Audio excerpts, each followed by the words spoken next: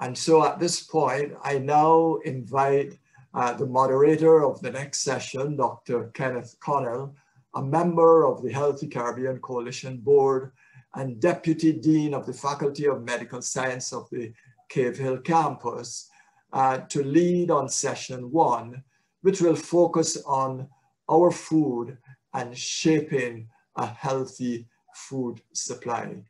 Dr. Connell. Thank you, Sir Trevor. And so the scene has been set for an exciting match today, and we hope as opening batsmen and women to set a better example than our professional West Indies colleagues. We have an exciting session 1 to deliver to you today entitled Exploring Key Elements of Caribbean Food Systems and Identifying Policy Levers to Increase the Quality, Quantity, Resilience, Sustainability of our regional food supply. And so up to the crease first is my academic colleague, Professor Fitzroy Henry, who I will ask to join us for his presentation. What does the Caribbean food system look like?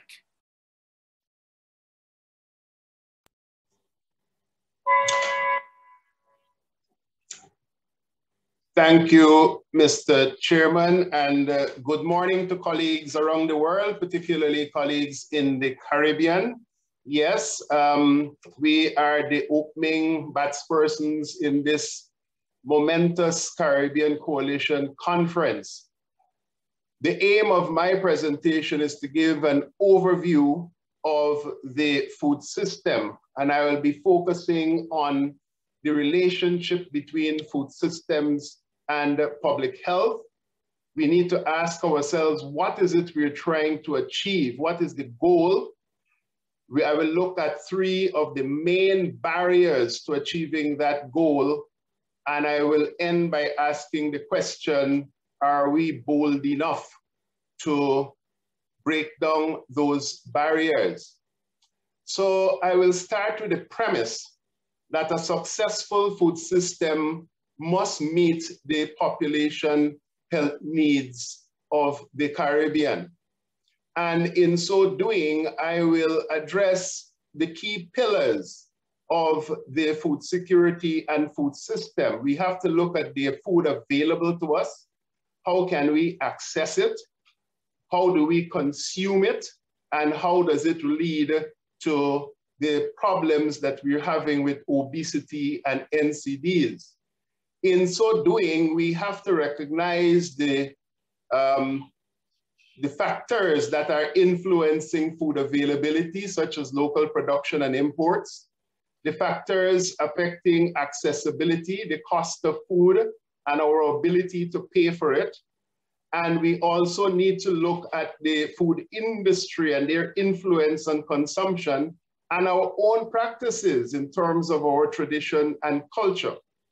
So let me start by looking at what is it we're trying to do. Mr. Chairman, we are consuming a pie that currently that has about 17% sugar, 2% vegetables, fats and oils about 14%, and so on. What we want to do is to consume a pie that has about 8% sugar, fats and oils going from 14 to 10%, and vegetables moving from 2 to 8%, and so on. And in so doing, we therefore must look at the barriers that related to those pillars that I mentioned: availability, accessibility, and consumption. So let us look at the good news we have, colleagues, is that we have sufficient food available in the Caribbean. That red line you're seeing is looking at our future pie.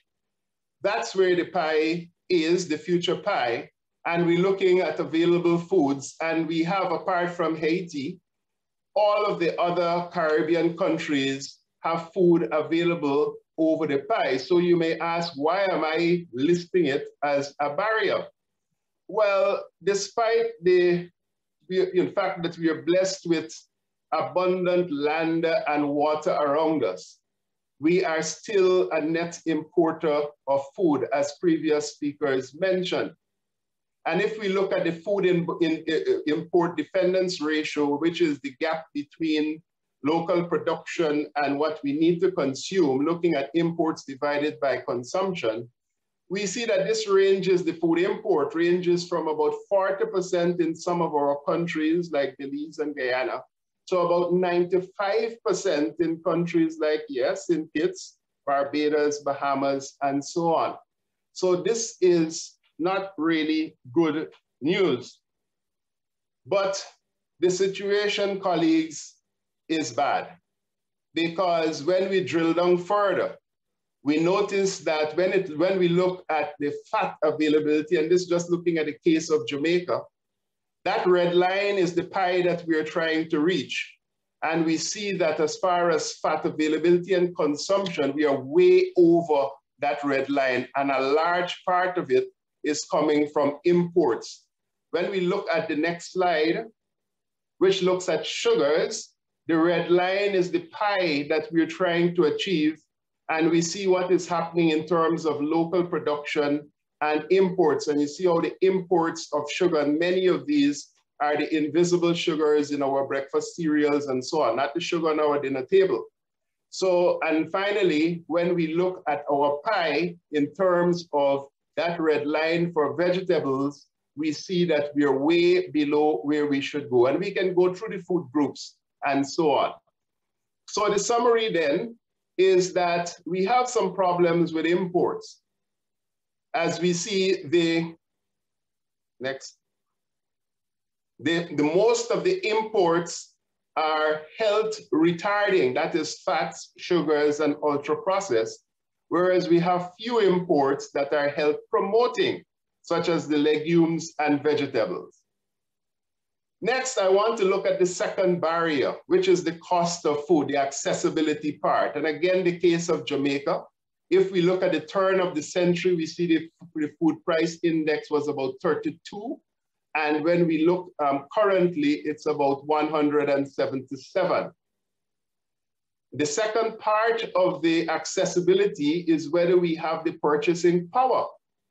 A recent study in Jamaica looked at the cost of a balanced diet. And if you look at the bottom, the average cost of a balanced diet from minimum wage workers was about 107%.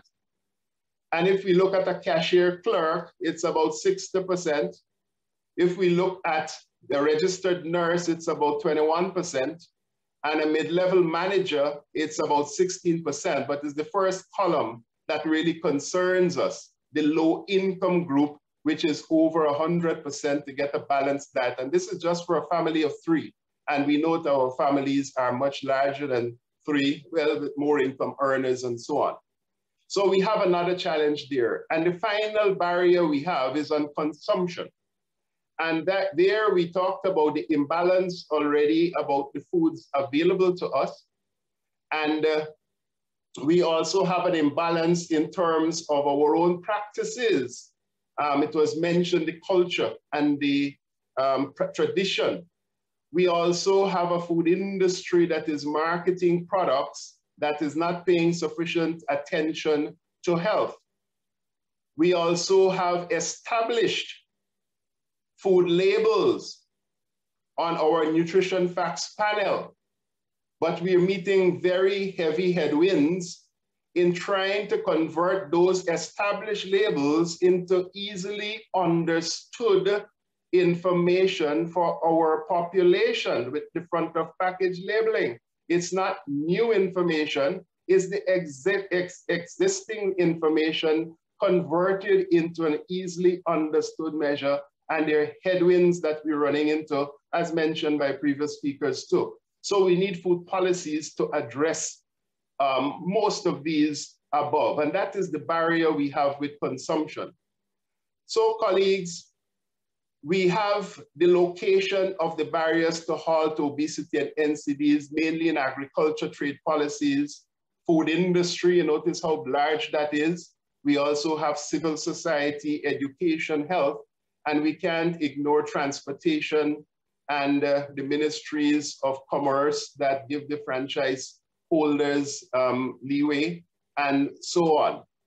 So I hope at the end of this conference, colleagues, we'll be able to answer the question, are we bold enough to remove these barriers? Thank you very, very much. And so we are bold enough, and we're also going to be timely enough to move on to the next speaker, who is Mr. Nigel Durrant, the Agricultural Trade Specialist with CARICOM Secretariat. Nigel? Yes, thank you very much, moderator, and thanks to the organizers for having me.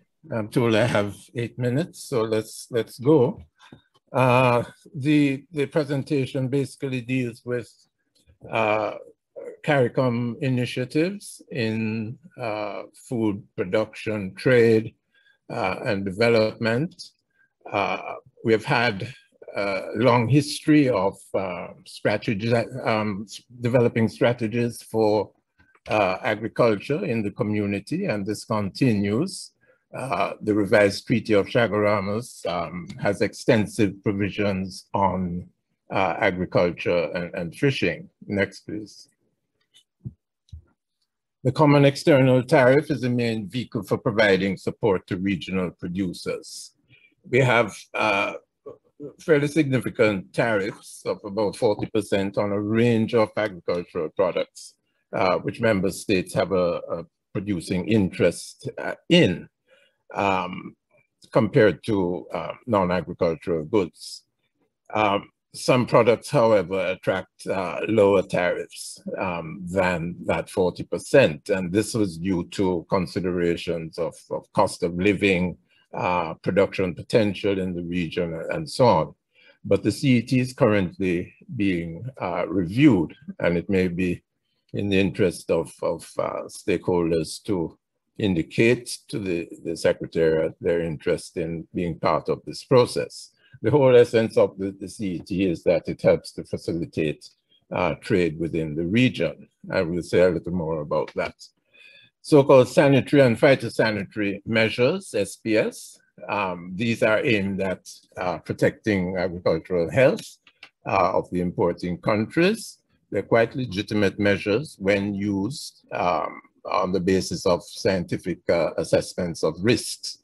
But we do have problems in this area where the measures that are imposed by some of our member countries in respect of intra-regional trade may not be above board.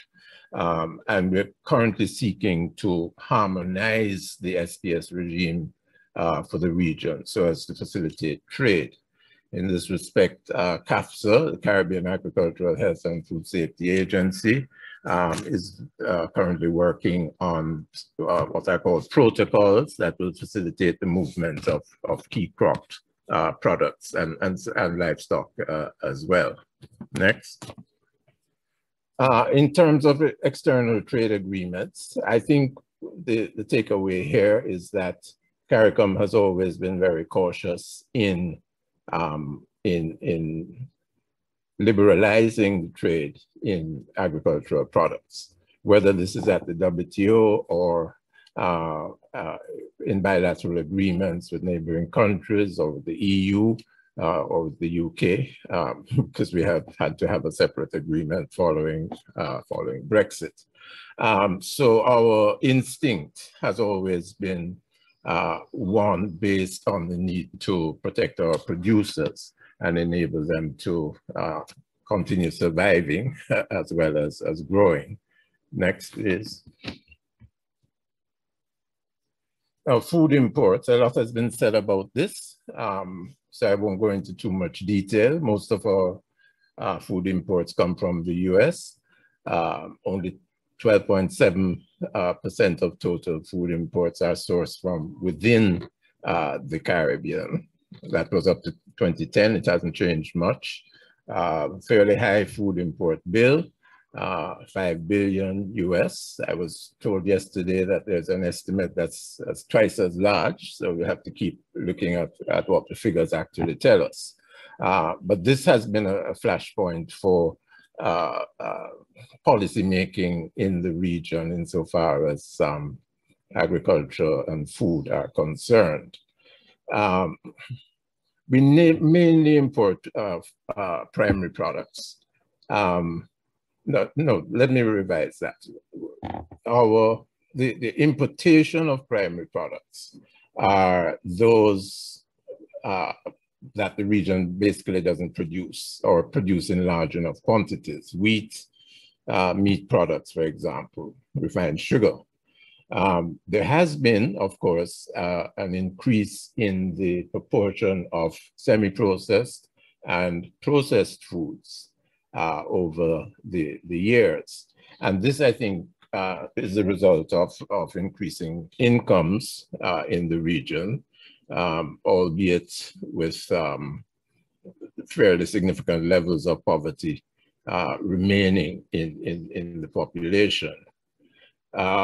There are some imports of fresh produce, potatoes, for example, carrots, onions, garlic, some fruits and vegetables, and so on. And some of these provide an indication of the potential for import substitution, which we'll talk about. Most CARICOM countries, however, do have a vibrant domestic food production sector, dependent on small farms primarily, although there are some significant large-scale sectors. In rice, for example, the sugar industry hasn't completely disappeared, but for the most part, we're talking about fairly small-scale producers who lack the access to newer technologies that could help to increase their efficiency.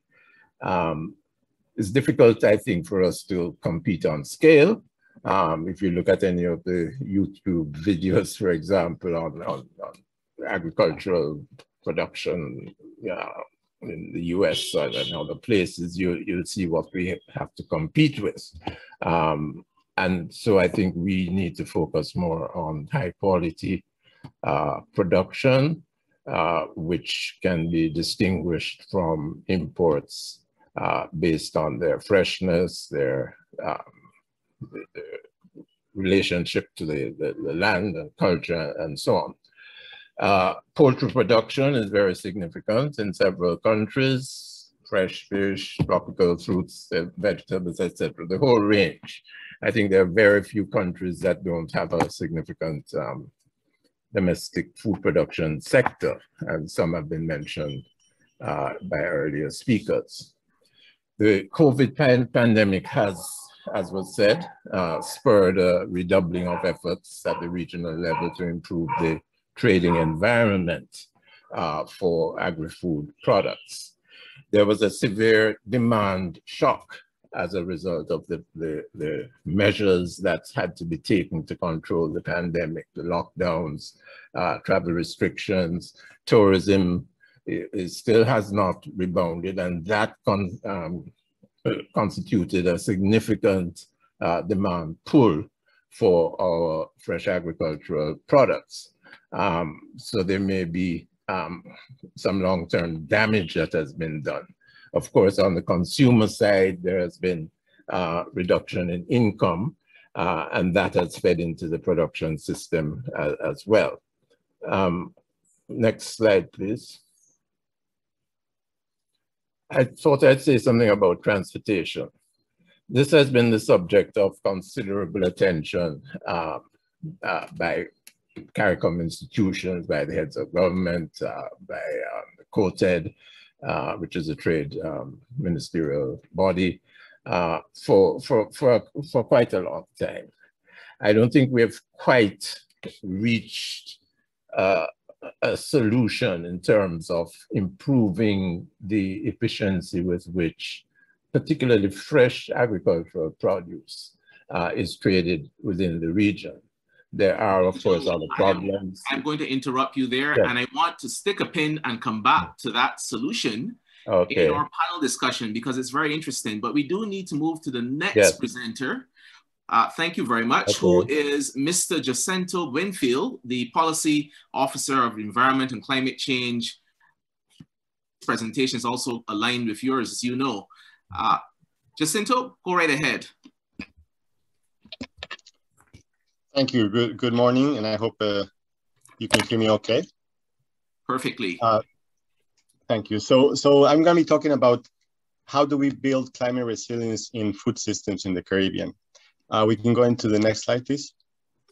So we're talking about food systems, but I guess the main question here is, or at least the first question is, what are we talking? Where are food systems in general? So when we are looking at this aspect, we have to look at how these are interlinked value-adding activities, right? So we can see about the production and aggregation and processing and distribution and consumption and disposal. But I think we need to go one step ahead and also talk about recycling, right? So how these different actors in this very complex value chain are interacting, and how in each step there is a value-adding activity, right? So if we talk about agriculture, we can say that food systems pertain to different types of products. So we have crops, livestock, forestry, fisheries, aquaculture, non-forest products, etc. These are all part of the food system, right? And we have to talk about the elements in which this system is interacting. So the natural elements, the societal elements, and all within a core value chain. We could also include other types of services, like we were talking about transportation recently, right? How do we put research into improved seeds? How do we have extension services to agricultural workers? How we promote aquaculture, for example, in the region. Even this type of research now is going on with non-meat products, right? Beyond meat, for example, or lab meat that is being produced. All this can be part of the food system. And what is very important these days is to start really looking at sustainability. How do we make economic gains while protecting the environment and also having social nets? So all these aspects are interlinked. And when we put climate change into account, then it becomes quite complex. Food systems have been influenced by many drivers. For example, population growth. You know, we were 1.6 billion in 1900, and we're going to be about 9 billion in 2050. Urbanization, right? About 2% in 1900, about 50% today, living in cities. Middle class expansion, right? 1.8 billion in 2009. We're going to be middle class about 4.9 billion in 2030. And also, the food systems are a major contributor to climate change in terms of global greenhouse.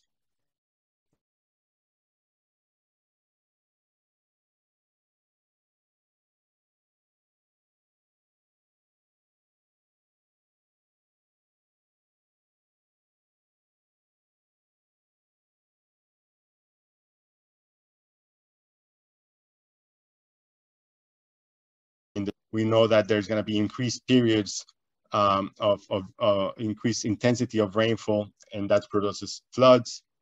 That there's going to be increased sea level rise and increased frequency of or impact of hurricanes and storms.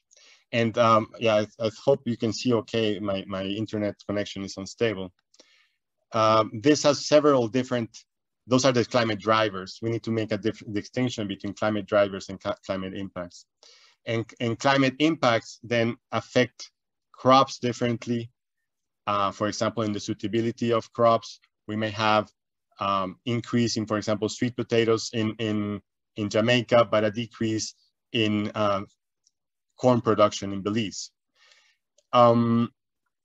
different aspects of climate change manifest itself differently within the production system. The increase in pests, crop losses, crop damage, decreased productivity, need of greater inputs, erosion, saltwater intrusion, flooding, drought, loss of fisheries, all this results in decreased food security. So what we can see is that climate change is impacting on every aspect of the food system, and that we need to have integrated solutions. For example, just in terms of losses, about between 2000 and 2009, there were $33 billion in losses from climate change in Caribbean food systems. And then that 61% is about 61% of the gross domestic product. For example, we talk about banana production in St. Lucia. Between 2006 and 2010, there were 3 hurricanes. And by 2012, there were still about 36% fewer farmers producing banana in the country. So it has very significant effects throughout the value chain and throughout these food systems. Okay, let's go into the next one, please. So now we have to think about what type of solutions we can put in place. And here I'm focusing more in terms of production, but of course we can think about the types of solutions also in terms of transportation, policy, in terms of technology, business development that we could put in place. So one key message is, at least from the agricultural perspective, if we're talking about how climate change is impacting our region and how greenhouse gas emissions are about 33% of those greenhouse gas emissions come from the systems, then how do we reduce that? Well, local consumption is a main aspect.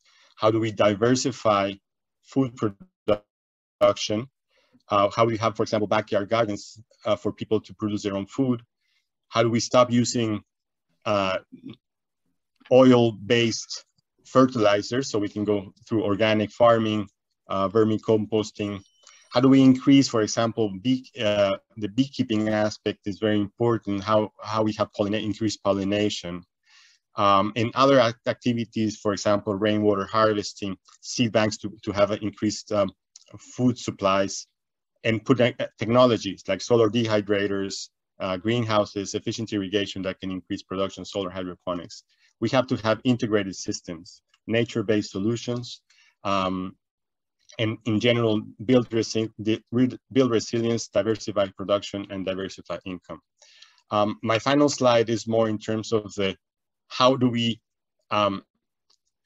integrate into the economy these different solutions. So for example, like I said, incentivize local production and consumption, make sure that we have financing available for our farmers, micro-lending, crowdfunding, reimbursable grants. How do we link markets to producers through associations, to cooperatives?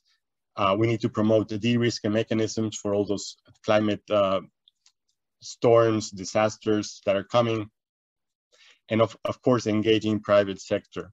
I think just the final message that I would like to leave you with is, if we go into the next slide, just click on all of them, please. We started in a pre-industrial way, for example, very traditional type agriculture. We moved then into this modern agriculture where we're mass production, and now we're getting all these types of foreignly produced foods. And we need to go into this alternative post-industrial production. I'm going to ask you to respond to your final slide in the discussion, and maybe we can have our technical team pull it up. We need to move on to the next speaker, Ms. Keithlyn Carew. Ms. Carew is the only BATS woman here this morning. In the first session, the founder of Helen's Daughters St. Lucia. Ms. Carew, go right ahead. Thank you so much, Dr. Connell, and it's really a pleasure to be a part of this panel today. My presentation is really going to focus actually on food and empowerment, growing real food and empowering a strong generation of women and youth in agriculture. We've had a lot of high-level policy discussions, and one of the main things that we talk about is our CARICOM food import bill, which is fast approaching $8 to $10 billion. And it obviously begs the question, why? In Caribbean countries such as St. Lucia, Jamaica, Dominica, you name it, we have fertile land, we have thriving farming communities, and we technically, especially in the small island states, are closer, we have a closer proximity to fresh foods than most. But why would we, excuse me, why would we keep importing and eating foreign foods? I'm sorry, could I have some water?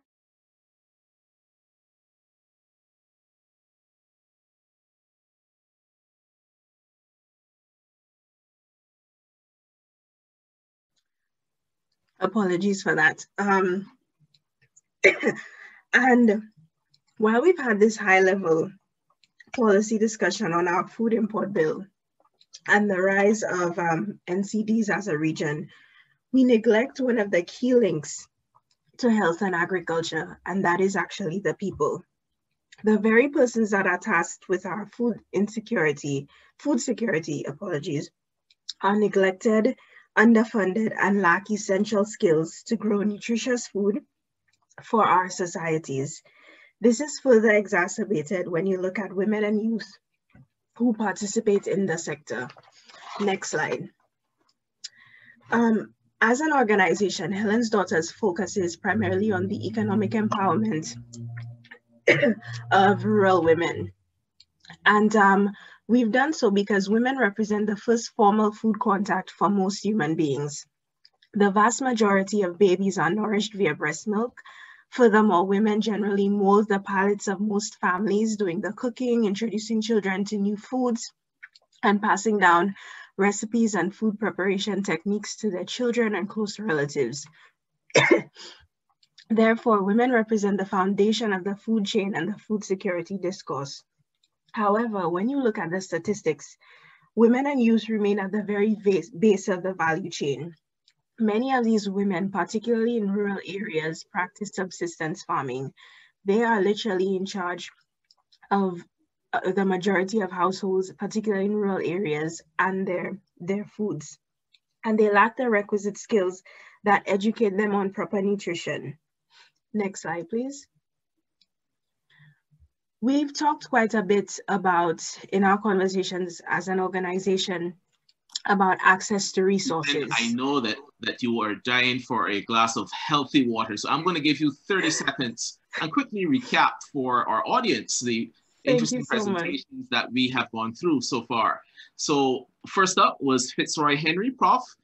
What does the Caribbean food system look like? And you really shook us thinking into that we are quite a vulnerable environment in a global ecosystem, very much dependent on imports. And I really do want you to address this in the break, in the discussion, because it's also come up from our audience. And then next we had Nigel Durrant, his presentation, Trade Measure to Support a Nutritious, Sustainable Food Supply, followed by Building Climate Resilient, Healthy Food Systems in the Caribbean.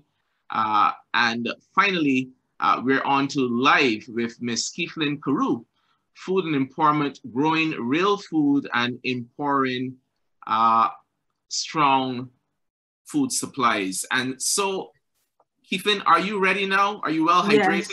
Yes, thank you so much. I'm sorry, allergies. Going back to access to resources, when we talk about gender mainstreaming and the inclusion of women and youth in the agricultural sector, many persons would think, what does that have to do with NCDs? What does that have to do with health?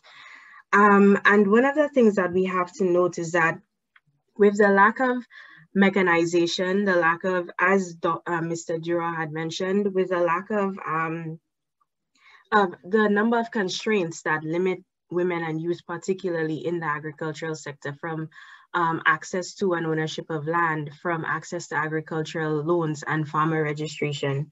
What we're actually doing is forcing women and youth out of the sector, And this is worrisome, particularly when the agricultural sector throughout our region has an aging population. When you look at countries like Jamaica with regards to land holdings, women own about 11% of land compared to 89% of landowners who are men. In Dominica, the land holdings for women farmers was 21% versus 79%. And in St. Lucia, it's 30% of land owned by women versus 70% of land owned by men. In agricultural loans, there's an overall issue with access to agricultural loans because of the lack of collateral in agricultural communities. In Jamaica, for example, the commercial lending portfolio was less than 2%. And that means that less than 10% of Jamaican farmers have access to credit. This is even more pronounced when it comes to women and farmers. And obviously, when we talk about the informal and formal sectors of agriculture, you will find that women and youth tend to work in the informal sector. There are about twice as many male farmers as female farmers. Studies have acknowledged that women often are not counted in official statistics as their work might be unpaid on family farms or they might engage in subsistence agriculture.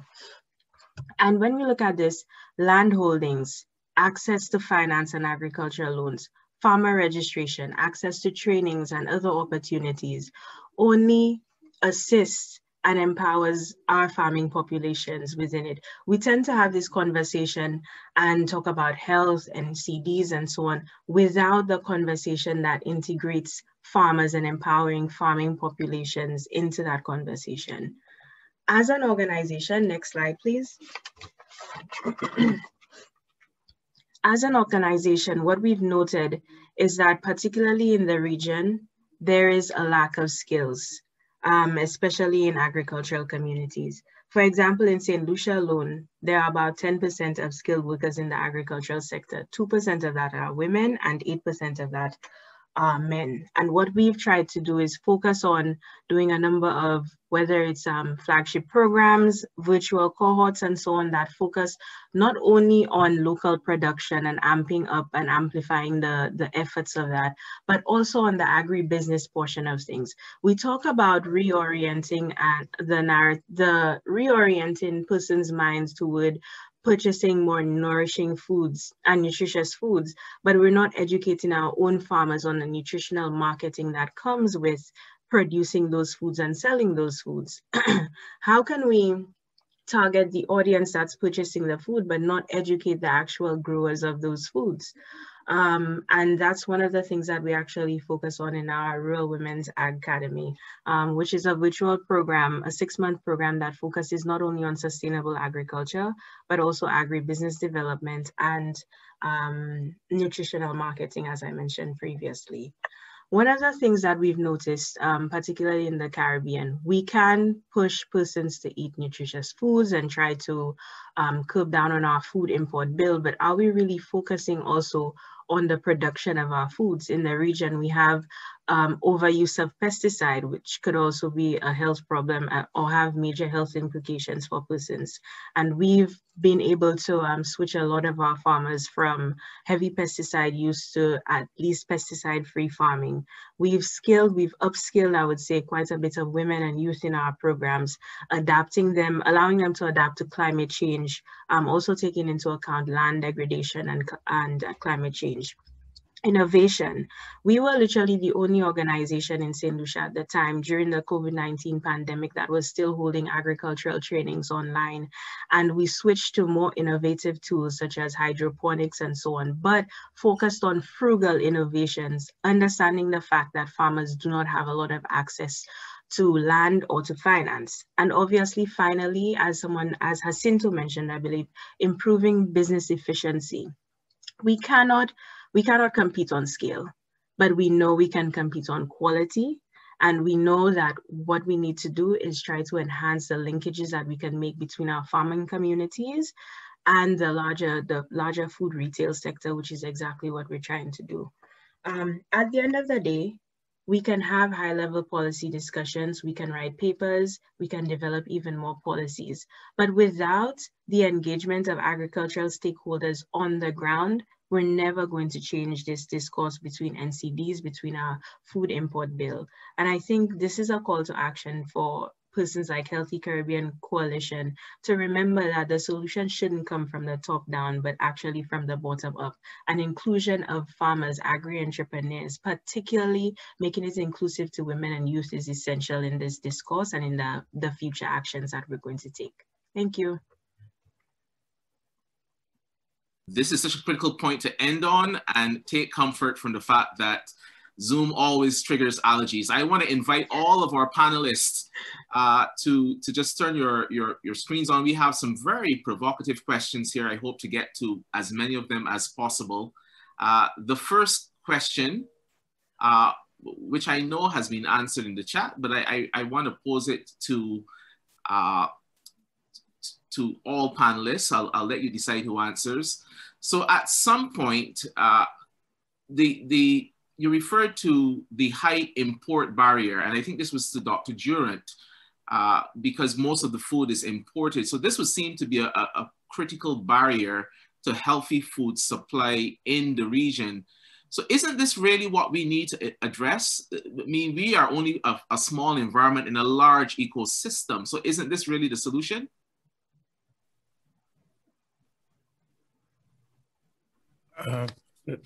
Chair, I need some clarification on what the question is about. Did you say high import barriers?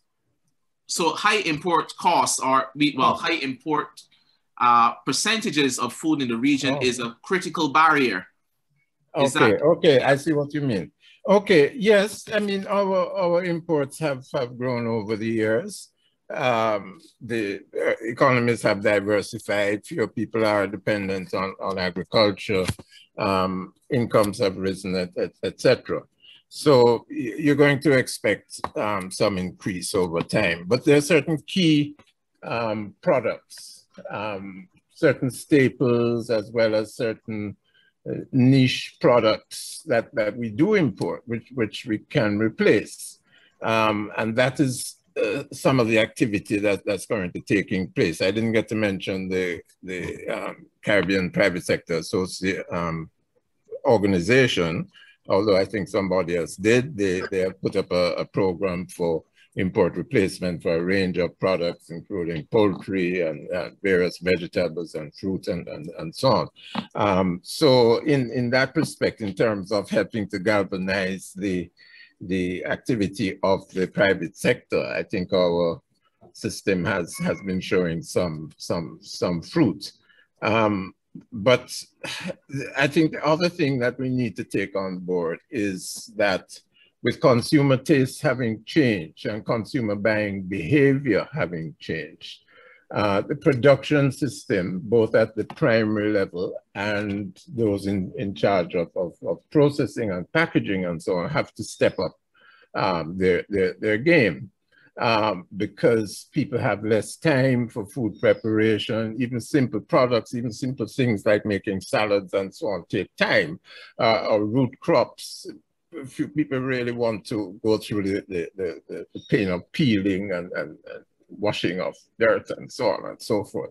So it's better if these things are pre-packaged and made available to consumers. Some of this is taking place, but I think it needs to be ramped up significantly because you're in competition with much better presented products from outside.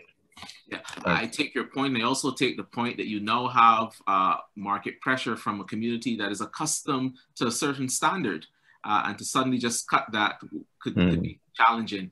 And Prof. Henry, I see two questions here that are directly targeted towards you. However, I'm going to ask you to respond first and maybe pass it on to some other members as well.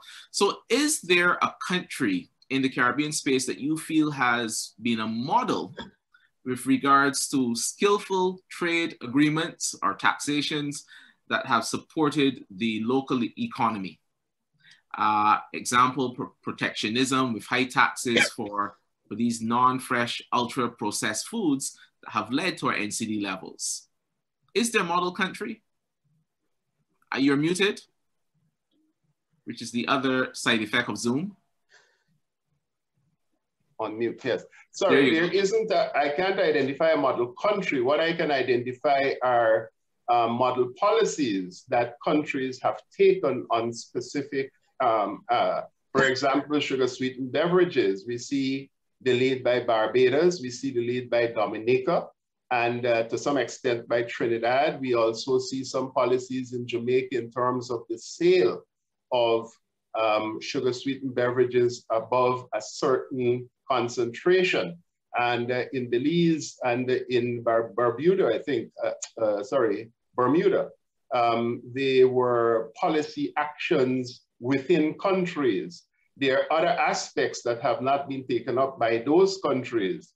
So there isn't a model country I can point to, but there are model policies that I hope others will follow. We're trying to introduce, as you know, the front of package labeling, which is a very important policy that could really make a difference in terms of, you know, the consumer's right to know. And as I said in my presentation, it's not new information. It is the information that's already there, but putting it in an easy and understandable form. So I wouldn't identify a country as such, but there are a number of policies. And I think that's the way to go, because if we can get particular policies implemented bit by bit, I think we will make some advances as we move along.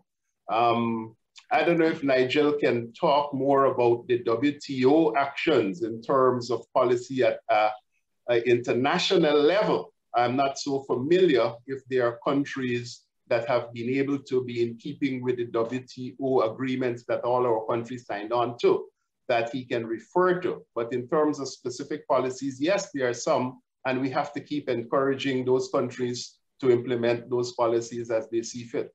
Sure. Nigel, do you want to quickly respond to that before I move on to Keithlin? Well, to be frank, I don't think there's much that hinders our ability to implement policies aimed at promoting big health. If, for example, a country wishes to either through promulgation of standards or implementing certain taxes on products like sugar-sweetened beverages, they're free to do so. You should, however, ensure that the policy applies across the board. You can't just pick out the imported product and say you're going to target those. The SSBs are products that we produce here as well. So you would have to come up with a policy that applies equally to domestic production and to imports. And that, of course, stimulates a debate and so on. Policy making is never sweet. You have to go through the process of getting these things implemented. But I agree with Dr. Henry. Identify the policies that you want to put in place and negotiate them through the system at both the regional level and the national level. Thank you very much. So no model country, but we have countries doing model programs and implementing model policies. Keithlin, so I have a very interesting question for you, but I'm going to take it from a different angle. The question is, has there been a focus on what happens in the womb and focusing on pregnancy as a way to reduce NCDs based on your strong argument about the role of women and the youth? But I want to take this further, because do you think that there is a need then for a gender-centered policy as it relates to agriculture to get more women involved, to get more young people involved? Are some of our Caribbean countries lagging behind with this? I completely agree that there should be a gender mainstream policy. If you look at most of the national agricultural policies throughout the region, they're not gender mainstream. There are not targeted interventions for women and youth who already naturally have constraints. When we look at finance, as I mentioned, our financial sector here, collateral is a huge obstacle, which most women and youth don't have because they don't have access to land. Again, naturally, there are traditional gender norms that we don't look at. For example, even in land ownership, it's typically passed down, even in St. Lucia, to a male heir naturally, because he's expected to carry on family business activities and so on. And even in trainings, because women tend to remain in the informal sector because of the juggling that they have to do with household responsibilities, unpaid care work, and so on, they tend to prefer to remain in backyard gardening and subsistence and so on, because naturally they don't, number one, aside from the responsibilities they don't also have the opportunity to expand agricultural activities. In St. Lucia, for example, women dominate in the agro-processing sector, but it's still at the very base of the value chain. When it comes to speaking on pregnancies and NCDs and so on, I actually love that question. And I think that, again, it goes back to educating our producers on what they're growing and how they can market what they grow to our people. I think, if I can speak from the St. Lucian perspective, our population is getting more interested in what they're actually consuming. I think the pandemic also had a part to play in that as well. And I think now it's about connecting the dots, because oftentimes we grow and we can't really explain what we grow and what it's actually going to do for your health and your body. And now we're trying to change that, which also is a marketing maneuver as well. And I think the same can be done when we're targeting pregnant women, for example. Sure. Thank you so much, Keithlyn. So Jacinto, here is a scenario I'm going to paint for you. It's true. I am a Saturday morning market shopper. That's how I know that there's several women involved in agriculture, and of course there are hawkers there and everything. And I am always captivated at the fact that any change in the weather, for instance, there's a tropical storm coming to Barbados, changes what's available. And I always think we are so vulnerable to climate change, the impact of what food is actually available. What are your comments on that? Yes, thank you. That's a very interesting question. So indeed, so the agricultural system it's embedded in this larger climate system, right? I presented a few technologies that we can start using, that you can use, for example, in urban agriculture, that don't require much space, that you can use renewable energy technologies, that you can produce without soil even. So I think we need to start implementing different types of technologies.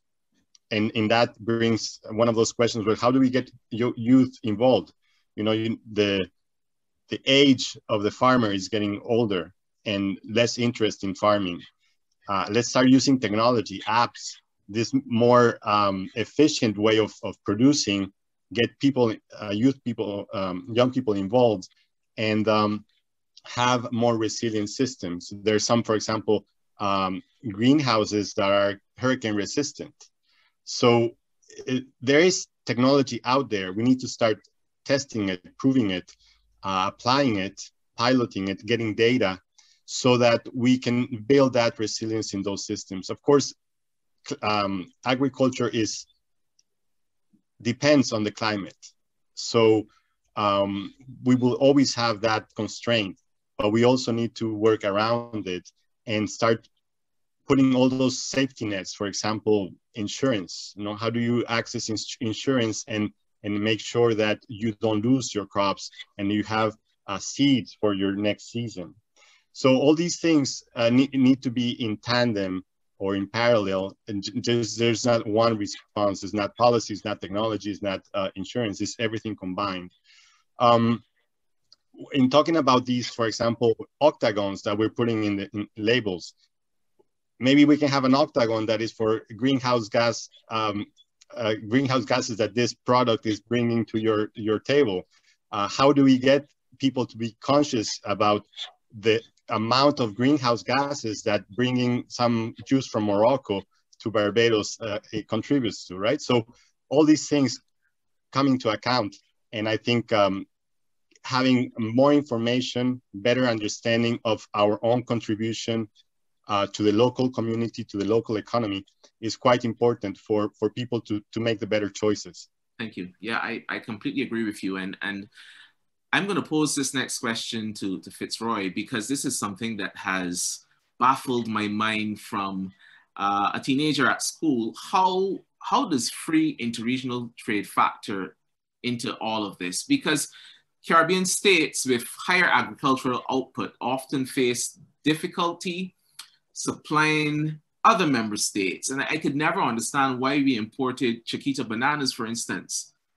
That's the example I'm choosing from high school, when we had supplies in our various Caribbean states. I mean, can you respond to that? I'm not a trade specialist, and Nigel perhaps can help with that. But what I do know is that my colleagues in the trade and trading area for food, they say it's much easier to trade outside of the region than within the region, which, and I see the CARICOM Secretary General is still here with us. This is something that we really need to look at, the implications of the CET and what are the barriers for trade. I don't know how different that is, but if you can get a product from Australasia into the Caribbean easier than you can get it from Dominica or Grenada, that to my mind is something that is worrisome and needs to be looked at. I don't know the details of the CET, but that is a problem. Earlier discussion was made about the WTO in terms of you have to be making sure that the product or all like products are treated equally. And that's what we signed on to into the WTO. And this really caused, to some extent, demise of our banana industry that you mentioned, and Chiquita is here with us. And there are other international agreements. But from my understanding, you know, there is no real barrier in terms of imposing a policy to restrict an item once it goes across the board. And there are exceptions to the rule. In this case, what we're talking about in terms of health, we have exceptions to the rule. In other words, we have some policy space and some fiscal space that we can use in our countries. And I think these are things that need to be made known to our countries so that we can exploit that space and make sure that for health reasons, we can have an exception to the WTO rule. So it's a trade loophole. Well, that's a loophole. It's a trade opportunity that we have that we should really exploit more. But I think the central question that you're asking is, why is it we are importing from further afield much easier than we can import? When we look at the import bill, it's a small percentage of our imports that come from Caribbean countries. Yeah. And most of it comes from North America, from Europe and Australasia. And someone told me that the further the distance, the cheaper it is. I don't know how true that is, but that to my mind is another indictment for us. But these are things that we really have to look at, and these are the barriers that I referred to in the presentation. Sure. Nigel, can you quickly respond to that? Because can you explain to me, why is it so difficult to get bananas from Dominica to St. Lucia? Why do I have to export? Why do I have to import them from otherwise? And the other question before you answer is, I have to admit, the Chiquita bananas look a lot more attractive. Is this a whole packaging thing? Okay, yeah, there are a lot of issues tied up there. In terms of intra-regional trade, we do have problems with the so-called SPS measures. We need more harmonization, more transparency, because you may find that a country restricts, and I talk about our member states, it restricts the importation of a product based on SPS grounds. But when you look behind it, you see that it's really a kind of protection that they're trying to give to their producers. So unless we move, I think, fairly rapidly in trying to sort out those technical barriers, then I don't think we would be achieving much. The other dimension has to do with the tariff. We have a common external tariff, that's the name of it, but it is not as common as it should be. Some countries have been given the permission to apply lower duties on certain products. So as you move from member state to member state, you find different tariffs applying to the same product. And poultry is one of them. Basically what you find is that the producing countries have fairly high tariffs that basically keep out imports unless they want to let them in. And the non-producing or the low-producing countries often have even zero tariffs on the importation of that product. So unless you have a uniform tariff across the region, then there is no incentive for surpluses to be traded with deficit countries, right? Because you can easily get the product cheaper from the US, which has a massive poultry industry, which it just churns out the product by the minute, and can sell that product at almost at below the cost of production, because it's a highly segmented industry. You cut the chicken up into parts and you sell the breast for the highest price, and all the other parts are just sort of bringing revenue to keep turning things over. So there's a lot in terms of our trade regime that needs to be fixed. And I mentioned that there is a review currently taking place. And I suggested that the HCC or other stakeholders may wish to indicate to the Secretary General their interest in being part of that process. So you can become more familiar with it and you'll be able to make your recommendations. Sure. Nigel, you've brought us squarely on time. I really want to thank the panelists for your opening batsman skills. And this has provided, pun intended, a lot of food for thought and supply. I mean, we don't realize how vulnerable we are to our food supply, even through as we approach the hurricane season, when vulnerability is even more so. And so I'm going to close this session. Thank you very much for your contributions, and please continue to join us in the various breakout rooms after lunch. But the next session, session 2, is being chaired by my co-university colleague, Dr. Nicole Foster, and it's entitled "Our Health Shaping a Healthy Food Environment."